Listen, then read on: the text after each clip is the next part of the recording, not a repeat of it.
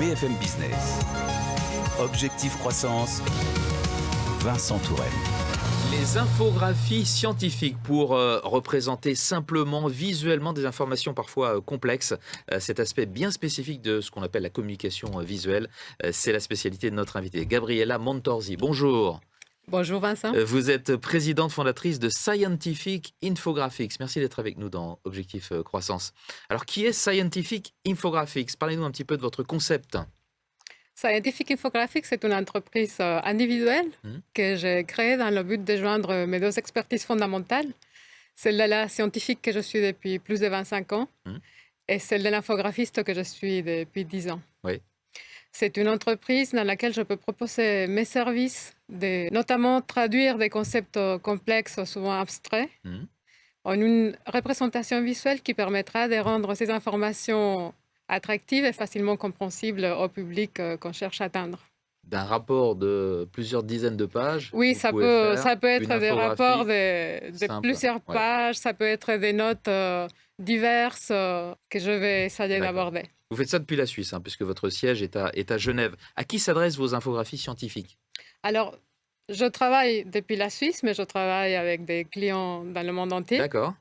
Mes clients, c'est des organisations publiques, des organisations privées qui génèrent des connaissances, souvent des connaissances complexes, et qui ont besoin de les communiquer à des partenaires, à des investisseurs, au grand public, même à des collègues.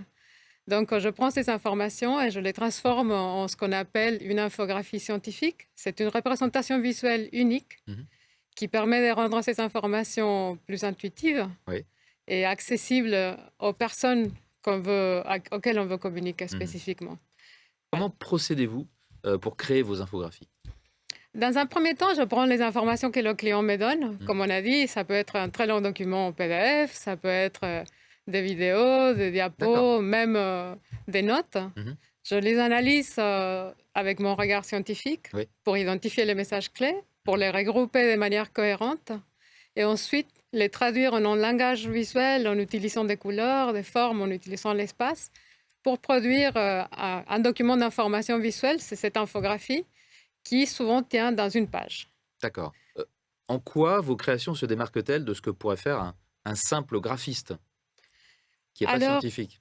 Voilà, un graphiste n'est pas un scientifique. Or, l'expérience scientifique est cruciale dans le travail que je fais. Moi, je suis biologiste, j'ai un doctorat en sciences, j'ai fait 10 ans de recherche fondamentale, j'ai encore fait 10 ans de développement international de la recherche. Donc, j'ai une solide expérience scientifique qui me permet d'aborder des sujets abstraits de manière rigoureuse.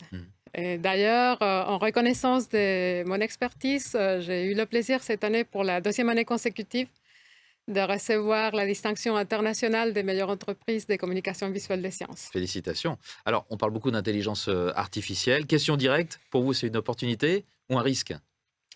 L'intelligence artificielle est un outil intéressant pour la visualisation des données scientifiques. Cependant, mon travail est tout à fait différent. Je prends des connaissances complexes, comme on a dit, un long document, peut-être un document de 40 pages, par exemple, qui explique les qualités écologiques d'un produit sur plusieurs niveaux. Je les traduis en une représentation visuelle unique. Pour ce faire, il faut un regard neuf, une compréhension scientifique fine, mais avant tout et par-dessus tout, un échange humain. D'accord. Cet échange humain est fondamental pour apporter du sens à ce qu'on fait et pour aboutir à une représentation qui soit pertinente. C'est fondamental et irremplaçable. Et irremplaçable. Donc, l'IA, je ne la crains pas du tout. Tout comme le menuisier ne craint pas son marteau, c'est un outil que je pourrais utiliser à l'avenir. Gabriela Montorsi, merci beaucoup d'avoir été avec nous dans Objectif Croissance. Présidente fondatrice de Scientific Infographics. Au revoir. Objectif Croissance sur BFM Business.